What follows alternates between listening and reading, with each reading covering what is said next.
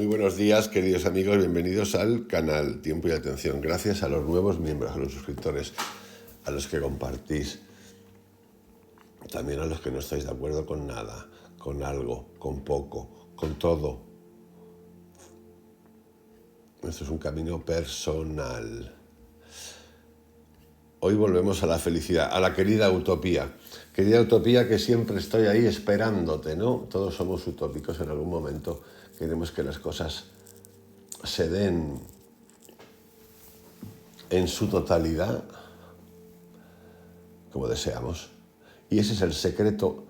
No quiere decir en absoluto que renunciemos, como dicen, aunque esa renuncia a veces la asocian con el apego. Visualizar lo que quiere uno, lo que desea uno, ¿por qué no?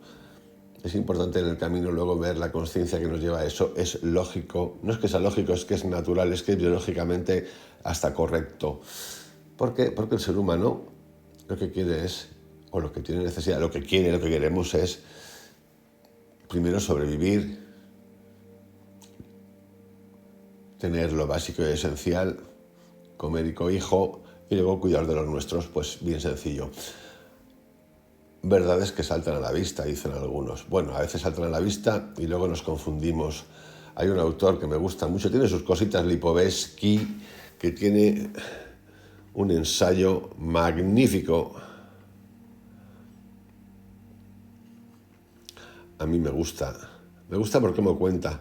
Tiene varios ensayos muy buenos, algunos sobre la moda y otro titulado La era del vacío, donde habla de la indiferencia pura a la que hemos llegado, Narciso, el narcisismo, el modernismo, el posmodernismo, la sociedad humorística, que a veces con el sarcasmo se va de mambo, violencias salvajes, que son las que asociamos con el pasado, y violencias modernas, que son violencias más sutiles, existentes todo el tiempo. En 1691 nos acabamos de viajar al tiempo y para atrás, el obispo Pierre Daniel Huet publicó un tratado sobre la posición del paraíso terrenal. Estamos buscando la felicidad.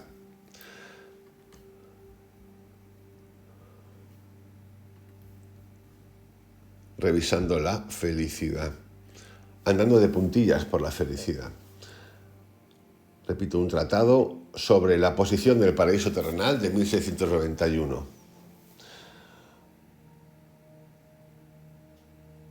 Uno de los exégetas bíblicos más destacados de Europa, Daniel Huet, y miembro de la prestigiosa Academia Francesa, 1691, esperaba poner fin a una polémica que desde hace tiempo dividía a los descendientes de Adán. Exactamente en qué lugar de la tierra había situado Dios a sus primeros hijos y dónde estaban ahora los vestigios del que fuera tan gran jardín. El otro día, preguntando a alguien acerca de ese audio que hice, lo que cuenta la Biblia de Dios, preguntaba, bueno, Elohim, Yahvé y Jehová es lo mismo, porque ya sabéis que ahora estoy con Mario Bilino y tantos otros, traductor. Él trabajó para la Editorial Vaticana, lo repito siempre porque es importante esto, es un matiz, es muy importante, acerca de esto que hemos intentado entender por Dios, Yahvé, Elohim. Bueno, el libro de Ezequiel, que es importante leerlo y que nos pasen cosas, pues hemos deducido a partir de un carro metálico con ruedas, Yahvé, un hombre o una figura humana envuelto en un cristal de zafiro, ahí estaba, que luego te habla y te guía. Bueno, pues sí, no pasa nada. Esto es importante porque está escrito así, no es que me lo inventé yo. Yo no tengo respuesta a si Yahvé y Jehová son los mismos. Asumo que sí. Pero pongo una question mark, como dicen ahí los ingleses. Bueno, como decía, en un tratado sobre la posición del paraíso terrenal, cuando utilizamos lo que leemos en la actualidad, que empieza gente a contar, pues ya nos da un poco la risa, pero tenemos que ser un poco flexibles. Yo por lo menos he de ser flexible, porque es una manera metafórica de ir revisando cosas. Porque en estos textos antiguos y más antiguos es donde se fragua ya una cierta ceguera a la hora de entender las cosas o de poder empezar a poner en duda. ¿Okay? De hecho, muchos visionarios, gente que tiene visiones, gente que ve el futuro, gente que ve lo que hay después de la vida o en la vida, después de la muerte, que sigue siendo vida para mí, pues no es que decrete, sino que hacen mapas de los cielos y de los infiernos, literales, donde pone gente, cosas, fuegos, no fuegos, penas, glorias, ángeles rubios, ángeles morenos, ángeles altos, ángeles que no comen, ángeles que bailan, ángeles que no, con quién te puedes comunicar, Emanuel Swedenborg, cosas de este tipo, y te vas a otra cultura y lo ven de otra manera. Por lo tanto, debemos de ser un poquito flexibles, porque por amor al arte. Y cuando digo al arte, es al arte, a la creatividad. Sin entrar en dolores. ¿En qué lugar de la tierra había situado Dios a sus primeros hijos y dónde estaban ahora los vestigios del que fuera tal jardín? El paraíso terrenal, dice, ha estado en el tercer cielo, en el cuarto, en el cielo de la luna, en la propia luna, fuera de la tierra, en la tierra, bajo la tierra y en un lugar oculto muy alejado del conocimiento humano. Ha estado bajo el polo ártico, en las riberas del Gange o en las islas de Ceilán. Otros lo han situado en las Américas, otro en África, por debajo del Ecuador, otros en el Oriente equinoccial. La mayoría lo han situado en Asia, algunos en la Gran Armenia, otros en Mesopotamia, Asiria, Persia, Babilonia, Arabia, Siria o Palestina. Ha habido quienes han querido nombrar hasta Europa. Huet se refería a la auténtica montaña de opiniones que había ido acumulando a lo largo de los siglos, haciendo que caballeros medievales y aventureros modernos fueran de aquí para allá, por todo el orbe, en busca de nuestro hogar ancestral. Bueno, en busca también del Santo Grial, por ejemplo.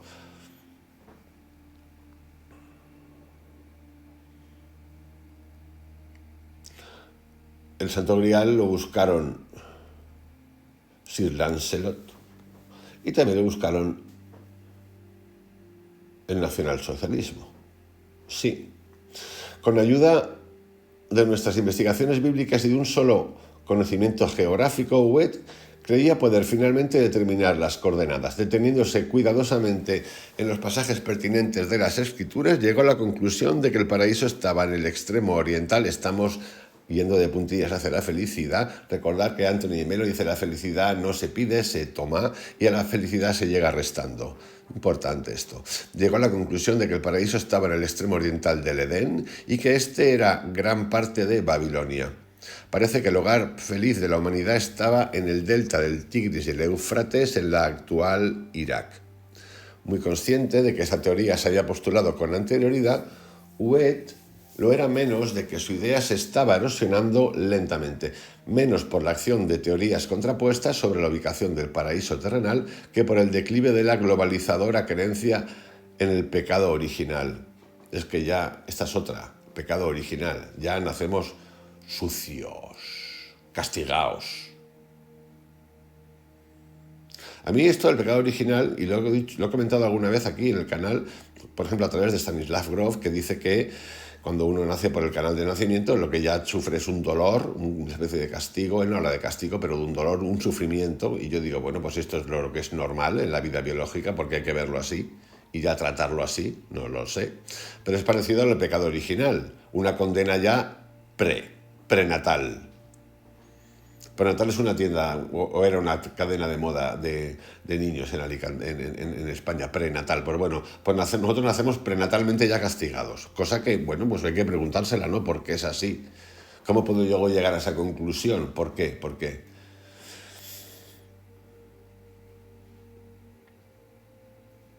Quizás sea cierto que con el afamado soldado y explorador Sir Walter Raleigh apuntó en una ocasión: en todos nosotros está muy arraigado el deseo de saber en qué lugar vivieron nuestros primeros padres, pero el impulso que subyacía tras la pasión de descubrir el emplazamiento del Edén bíblico se debía sobre todo a intereses teológicos.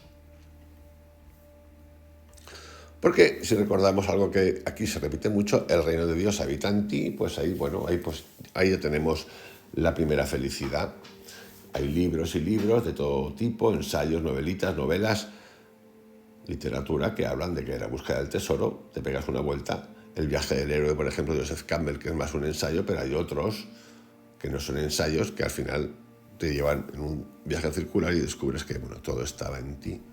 Muchos creían que solo penetrando totalmente en el estado de la felicidad primordial podríamos comprender en qué nos habíamos convertido. Era la conciencia del pecado la que impulsaba la búsqueda de nuestro lugar de inocencia, porque era el pecado lo que determinaba la magnitud de nuestra caída posterior. Pecado, el concepto de pecado. Hostias con el concepto de pecado. Ahí tenéis el podcast Historia de los Infiernos. ¿Quién inventó la palabrita? ¿Quién nos la metió? Pecado. Pecado.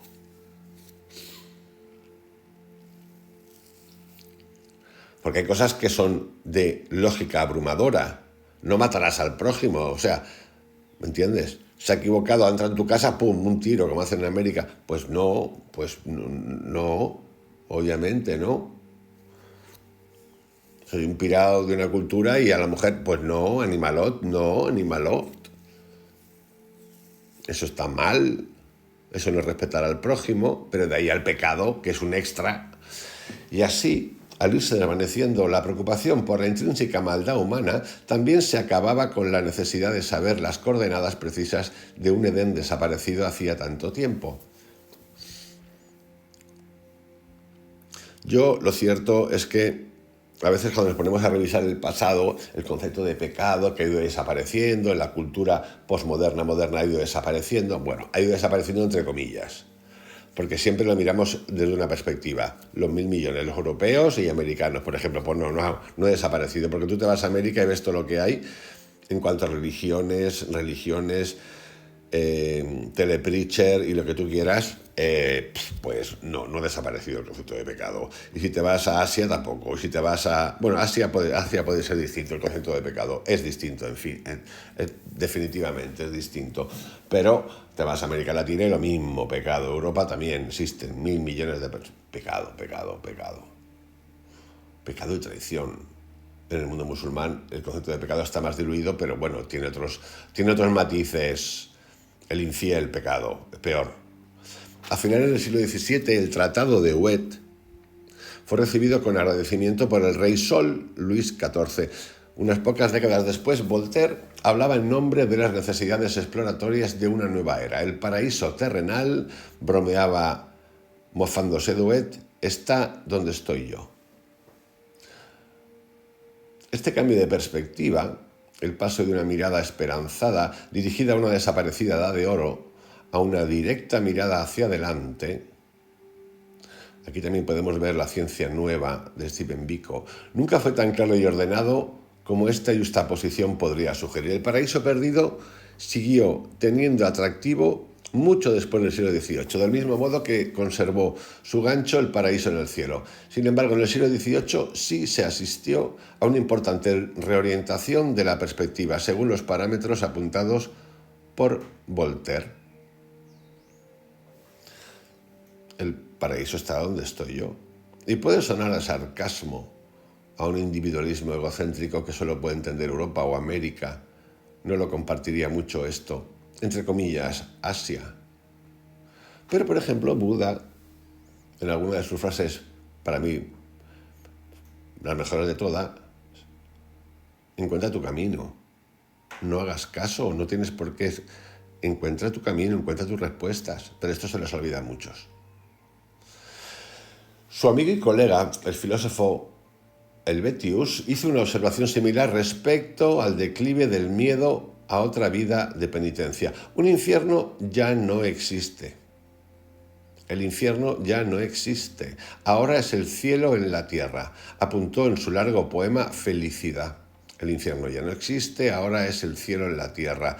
Hombres y mujeres estaban empezando a concebir cada vez más el mundo como un lugar en el que los seres humanos podrían legítimamente cultivar, si no el paraíso, sí al menos un jardín de deleites terrenales. Y los deleites terrenales son muy sencillos. Son puramente materiales. Acceso a comida, pecunia, en este caso comercio, del tipo que sea, o comercio, o trabajar para, o crear tú, casa, salud, no conflicto. Esto es así de básico, pero Eso tiene ramificaciones, tiene extensiones detrás de esto. De hecho, en ámbitos como los jardines ingleses de Vauxhall y Ranelagh y en el Palacio Real parisino, los europeos del siglo XVIII levantaron jardines del placer, a los que hombres y mujeres podían acudir simplemente a disfrutar y divertirse. Hay una película que, por cierto, me gustó mucho, que tiene que ver con un cocinero, es francesa, creo, belga, que tiene que ver con la gastronomía, y que dice que este espíritu gastronómico que hemos desarrollado, por lo visto, hace unos siglos, sobre todo en Francia, Italia, hace muchos años, muchos siglos, 2, 3, 4, tenía o más, tuvo que ver con, por lo menos la película esta lo cuenta así, con el aburrimiento y el tedio ennui que sufrían las clases elevadas y que desarrollaron un gusto para entretenimiento a través de lo que se llama el vino, por ejemplo,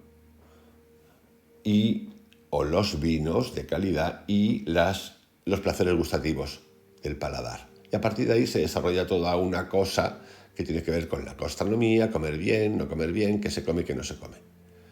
Pero una cosa es la cesta de la compra, cómo comer bien, y otra cosa es el placer de comer. Son cosas bien distintas. El espíritu del ocio. La propia palabra diversión era relativamente nueva y no había aparecido en inglés hasta el final del siglo XVII como variante del término fun. En inglés fun, F-U-N, y esta aparece como variante del término fun, F-O-N, que procedente del inglés medio significaba bufón o gracioso. O sea, el fun, me lo paso bien, divertido, venía del fun, del inglés medio, que significaba bufón o gracioso. Los bufones eran muy importantes en las cortes. De hecho, si vais al Museo del Prado, veis que hay un montón de cuadros, algunos de Velázquez, relativos a los bufones. Hay muchos textos escritos sobre los bufones. Los jardines para el placer, como lugares en los que uno podía divertirse, eran antecesores de nuestros actuales parques de atracciones y proporcionaban juegos, pasatiempos, espectáculos, refrescos, música, y también constituían un refugio en el que los amantes podían pasear. Bueno, esto es una versión muy limitada del asunto, pero bien. Dieron cuerpo a la novedosa aprobación del placer que, en teoría, expresaban autores como Locke, un positivista, simbolizando perfectamente la amplia aspiración dieciochesca de crear, del siglo XVIII, espacios para la felicidad terrenal. Homo Ludens, John Sistiaga, un libro. Bailar, cantar, disfrutar de la comida, deleitarse con el cuerpo en compañía de otros. En pocas palabras, disfrutar de un mundo hecho por el ser humano. Y esto no era desafiar la voluntad de Dios, sino vivir como la naturaleza había querido que viviéramos. Pues sí, ¿por qué no trascender los dolores, los trabajos y los días? Sí, no está mal. El asunto de esto, que a veces lo he comentado aquí mucho, es que en un estado de conciencia en el que queremos ir, yo por lo menos quiero ir, hay que cuestionarnos muchas cosas. Por ejemplo, cómo está el reparto del mundo, qué es el concepto de trabajo, cómo trabajar, a qué dedicarnos si no hubiese necesidad de trabajar. Y claro, ya sabemos a qué nos dedicaríamos, lo tengo clarísimo. Seríamos unos seres perezosos, ociosos de cojones. Estaríamos todo el día de cachondeo. Porque hubiésemos perdido el único fin que nos mueve en la vida, que es un fin que es una atadura, el trabajo para generar un dinero, una pecunia que nos permita trabajar, educar, todo ese rollo. Es que es un sistema montado de puta madre, que es el que hay, que hemos de aceptarlo como yo lo acepto como es. Pero, ¿por qué no preguntarnos? ¿Por qué no preguntarnos? Yo sé que ha habido intentos de esto, muchos dicen que los comunistas ya ha salido como el culo, sale como el culo, yo ya sé que sale como el culo, pero el de los comunistas es el terrible, y de los libertarios, bueno, que yo soy más afín a ellos, pero no, el que sea más afín a ellos no quiere decir que me comulgue con rueda de molinos, no comulgo con ruedas de molino, porque no creo en la naturaleza benigna del ser humano, porque todavía no estamos ahí, no hemos estado jamás ahí, jamás, y además tener menos lo que tú quieras, más responsabilidad, muy tal lo que tú quieras, al final el ser humano es una cabra que tira al monte y que quiere más, y ¿por qué voy a dejar yo de ejercer poder si he conseguido hacerme con un territorio? ¿Por qué no? Porque sí. Pues claro que sí, ¿por qué no? Porque como dicen por ahí, te la pone gorda, nos la pone gorda el poder. Este fin del placer es lo que nuestro amigo Locke definía como un fin en la Tierra. El poeta Alexander Pope declaraba en sus famosos versos: «Oh, felicidad, fin y objetivo de nuestro ser, bien, placer, comodidad, contento». Bien, placer, comodidad, contento. Cualquiera que sea el nombre, ese algo que aún induce al suspiro eterno por el que aguantamos la vida o a morir nos atrevemos. El gran objetivo del siglo se expresaba una y otra vez. ¿Acaso no tienen todos derecho a la felicidad?, preguntaba el abate Pestre, autor de la entrada correspondiente a esta materia en la enciclopedia francesa editada por Denis Diderot. ¿Acaso no tienen todos derecho a la felicidad? Fijaros cuando dice la frase, esto es importante, ¿acaso no tienen todos derecho? Ahí que detectáis. Porque una cosa es decir, ¿acaso no tienen todos derecho? O decir, ¿acaso no tenemos todos derecho? Fijaros, aquí hay un nivel de elitismo brutal. ¿Acaso no tienen todos? Él se sale del todos. Él es distinto a los demás.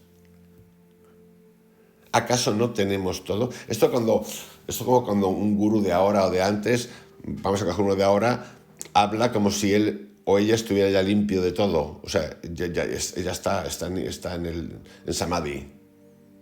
Él ya ha llegado. Entonces te dice lo que ocurre. No le toca esto vulgarmente decían, no me toca la mierda. Esto ocurre. Es la eterna pregunta que he hecho aquí. Médico-paciente, o tú vas al psicólogo, vas al psiquiatra, pero nunca te has planteado si ese psiquiatra, que es una persona como tú, pues igual está también en tratamiento, o ha estado también en tratamiento. Puede ser, imagínate un psiquiatra, un psicólogo que está todos los días, 5 días a la semana, escuchando historietas nuestras. Imagínate. Te explota la cabeza, ¿no? Eso se lo preguntaba a mi coach, a Gloria Ramírez. Digo, Gloria, que ha hecho unos 2000 cursos ya de los 12 pasos, incluso a gente que está en cárceles y que ha estado en cárceles por cosas serias.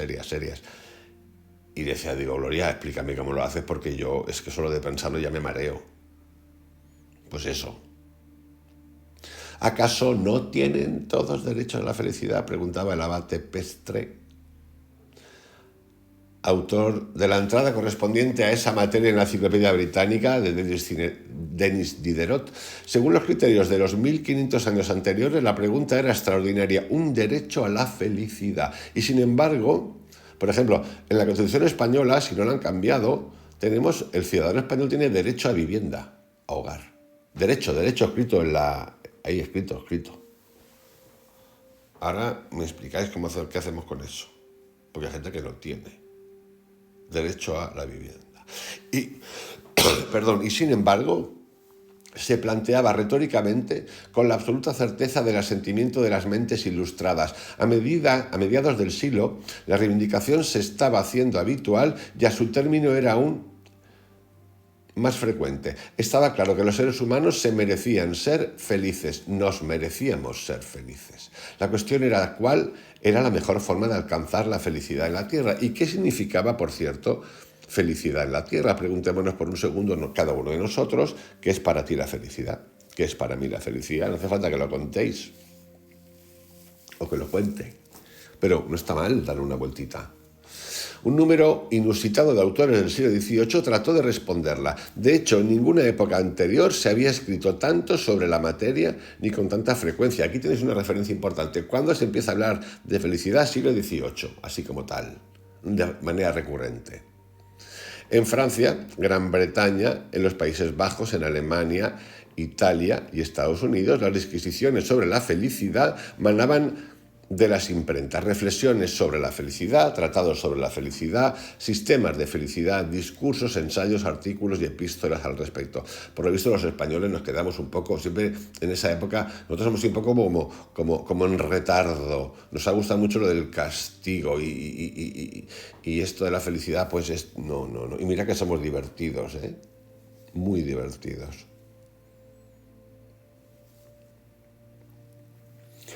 En un lugar tan apartado como Varsovia, el Colegio de Nobles consideró oportuno organizar una serie de conferencias sobre la felicidad del hombre aquí en la Tierra, e incluso en San Petersburgo a los privilegiados se les permitía unirse a la diversión.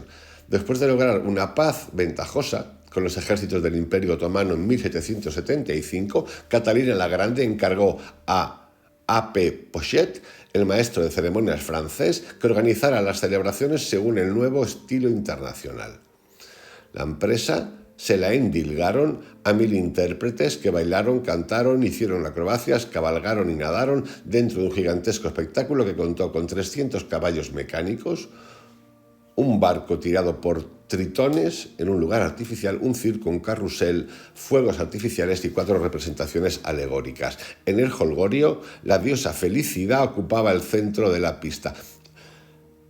Felicidad aquí significa dispendio, gasto, ocio, despitote, desmadre, sacarse también los prejuicios. Y no lo digo mal, No lo digo mal.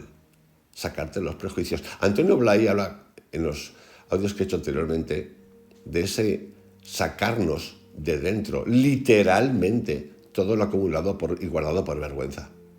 Que hay varias formas, según cada cual. Pues esto es lo que suele ocurrir en las fiestas. También hay desmadre, por supuesto. Pero qué peor desmadre que el desmadre que tenemos interior de las cosas acumuladas y que nunca hemos sacado y que nos da vergüenza y que nos produce ira. Qué mayor desmadre. Fijaros si el ser humano tenemos una cultura tan cabrona, que nos tiramos a la parte ociosa para retratarla como exceso. Qué desvarío, qué desfachatez, qué vergüenza, incluso la palabra, qué vergüenza. Pero no somos capaces, siempre estamos instalados en el dolor, de ver esas frustraciones que hemos tenido. Bueno, sí que somos capaces, porque las vemos y lo que hacemos es autoflagelarnos. Entonces, fijaros el ser humano, no digo que todo el mundo sea así, no somos así todo el mundo, pero fijaros qué marcas, ¿no? Todo el tiempo. Si te aguantas, si te tragas, si pasas vergüenza y te permiten que tal, te jodes, no lo sacas porque qué vergüenza, que no sé qué, que no sé cuántos, qué cosa. Pero eso más o menos lo podemos manejar, creando enemigos externos. Cuando nos vamos al otro lado, al lado de ocio, diversión, fiesta, felicidad, por cierto, le llaman algunos, aunque Oriente nunca aceptaría esta palabra como felicidad. La una es dolor y la otra es un dolor menos simpático, más simpático. El Oriente budista nunca comprende esto, no te lleva al desapego. Pero hoy en día, en el mundo contemporáneo, hablamos de felicidad desde un lugar que no tiene nada que ver con los textos asiáticos, orientales, no.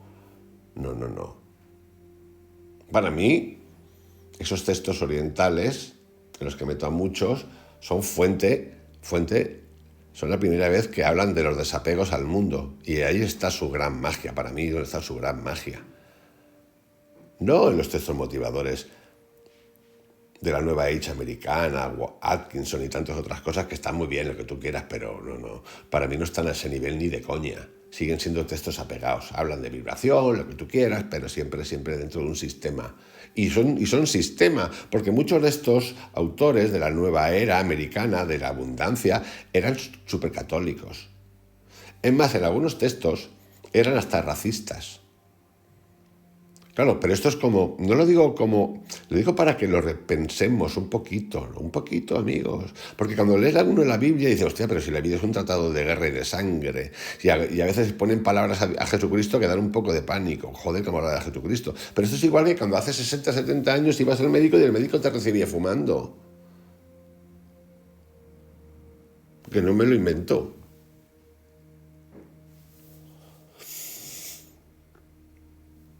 Esto pasaba.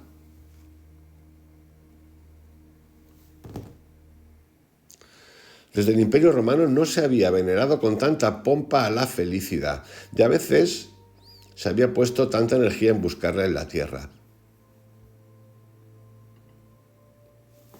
Yo creo que el concepto de felicidad como tal, que es un concepto, yo diría que europeo,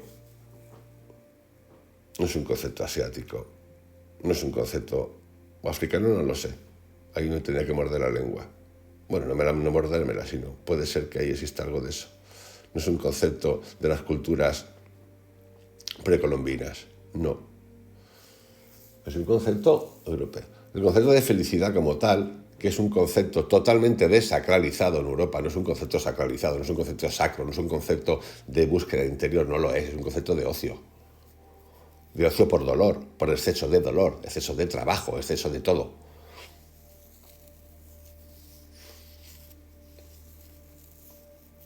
Es un concepto que yo creo que nace de lo que llamaríamos las aristocracias. Cuando trascienden, porque tienen y han conquistado territorios y tienen esclavos, literalmente esclavos, gente que trabaja para ellos, gente que da tierra y que rinde para ellos, que no tienen necesidad de levantarse 7 de la mañana, 6 de la mañana, no. Es como el concepto de la gastronomía, es lo mismo. La gastronomía como cosa exquisita, nace de ahí, el tiempo de ocio. A mí me lo parece. Y creo que sigue igual. Sigue igual. Aunque ya hay mucha gente que nos preguntamos otras cosas acerca de la felicidad. Carlos, si a ti te dice un tipo como Anthony de Melo o quien sea, o Krishnamurti, que la felicidad se llega restando hoy en día, pues en un momento, tarjetas rojas, expulsado de la empresa, expulsado del colegio, expulsado de la tierra si te dejan. Porque es el antisistema. Porque el sistema de la felicidad hoy en día está fundado en ¿qué? En el consumo, hiperconsumo de todo tipo. La moda. A la felicidad de la moda, de cierta moda, solo llegan los que pueden llegar, los que lo pueden pagar. Pero igual que con un perfume, o con un zapato, o con un coche, o con una casa. O con a qué tipo de restaurantes puedes ir, o qué tipos de vinos puedes beber, es lo mismo. Es lo mismo. El otro día vi un documental de un autor, que no voy a decir quién es, en el que salía un supercocinero muy famoso de España, pero que muy famoso, que tiene un super restaurante en Ibiza, otro en Madrid, haciendo un platito, que no era un platito, eran unas gambas rojas. Hay muchas gambas rojas en el mundo. En mi zona se llama gamba roja de Denia, que en realidad no viene de Denia, sino que viene de las aguas más cerca de Ibiza que de Denia. Lo que hay otras gambas rojas fantásticas que están en Rosas, que es por Cataluña, norte de Cataluña. Vale. Este señor le explica a los comensales por qué está poniendo esas gambitas rojas fantásticas, de unos 50 gramos cada una, en un agua especial, que él llama especial. Y esta agua especial era el agua de la playita en la que estaba instalado el Bulli, o el Bulli, que fue durante muchos años el mejor restaurante reconocido del mundo, 7 años seguidos, Ferrà Adrià. Y entonces él, en ese momento de apreciación de la felicidad, les cuenta a los demás y a los espectadores que estamos escuchando que es distinto, porque han conseguido coger agua de la bahía esa, de la playita, la depuran, y entonces con esa agua hacen esa gamba especial. Y entonces le pregunta a uno de los asistentes, ¿pero qué tiene de especial? Bueno, de especial no tiene nada, solo que es el lugar en el que estaba el Bulli, el restaurante, que era para deciros una cosa, un chalet que alquilaron a una persona que creo que era alemana y que luego ahí se dedicaron a cocinar, fantástico, lo que tú quieras, que te vaya a gustar o no, pero bien. Y entonces para él es un momento sagrado de que ese agua, que no tiene nada de especial, que lo dice él, le recuerda a eso. Entonces él ha hecho esa historia que, claro, cuando estás en el momento del placer, del ocio, de la felicidad, oyes eso y te entra un pequeño orgasmito. ¡Ay, qué cosa! Pues somos así de banales, porque eso es banalidad. Eso es disfrazar algo que sí, que todos los hemos hecho, que yo lo he hecho mucho, que he estado 10 años, 12 años haciendo fotografía de alta gastronomía y de vinos espectaculares, que ya me lo conozco, que sí. Pero si lo piensas por un segundo, es una soberana gilipollez de nivel galáctico. Una gilipollez de nivel galáctico, nivel siguiente galáctico. Está bien. Lo efímero, lo jaimitesco, es jaimitesco. Según quien lo cuenta. Entonces, bueno, volvieron a tener un pequeño orgasmito todos los que ven ahí. Una apreciación. Por supuesto, una cosa es la felicidad, es buscarla, y otra cosa bien distinta es capturarla. Los observadores más sensatos del siglo, hombres como Samuel Johnson o Immanuel Kant, apreciaron la diferencia, pero se tendía a empañar la distinción y al hacerlo se complicaban las respuestas de varias cuestiones fundamentales. Porque si la felicidad era realmente un estado natural, una ley de nuestra naturaleza que indicaba cómo debíamos ser, entonces, ¿cómo se podía explicar la continua existencia del sufrimiento? Y si la felicidad terrenal se consideraba fundamentalmente una manifestación del hecho de sentirse bien, de que el balance entre el placer y el dolor era favorable al primero, ¿cómo cabía interpretar los seculares vínculos que relacionaban la felicidad con cosas elevadas? Es decir, con Dios, la virtud o la correcta disposición del alma. ¿Era lo mismo sentirse bien que ser bueno? ¿Era ser bueno sentirse bien? ¿Qué significa eso de ser bueno? ¿Era la felicidad una recompensa por el simple hecho de vivir o una recompensa por vivir bien? Por ejemplo, desapego. Desapego mental. Porque tú puedes tener mucho dinero, por ejemplo, seguridad. ¿Ok? Pero la seguridad puede cambiarte en 2 minutos, ¿eh? No hace falta ir a muchos sitios. O tú puedes tener cierta seguridad económica y ser un cabrón infeliz y un tocacojones, que no vives porque quieres controlar a todo el mundo, y sí. O un rácano, o un rata. Rata. Y puedes tener y ser feliz también. Y disfrutar de la naturaleza, de las cosas. Y puedes no tener y ser un mezquino, y puedes no tener y ser generoso y feliz. Los autores del siglo XVIII lucharon a brazo partido con estas cuestiones y en su afán por encontrar respuestas sin darse cuenta, revelaron lo que solo las mentes más preclaras del siglo estaban dispuestas a reconocer, como confesó en un discurso sobre la felicidad la marquesa de Châtelet, una perspicaz observadora, científica, lo de marquesa es importante, claro, científica, traductora y desdeñada amante de Voltaire. Para ser feliz es preciso ser sensible a las ilusiones, porque es a las ilusiones a las que les debemos la mayoría de nuestros placeres. Perfecto. ¿Qué es lo que os acabo de contar de las gambas del artista este? Una ilusión. Infeliz es el que las ha perdido. Châtelet sufrió estas palabras con todas sus consecuencias, puesto que murió desilusionada y desesperada. Parecía comprender que creer en la felicidad seguía siendo, incluso en una época de ilustración, una especie de fe.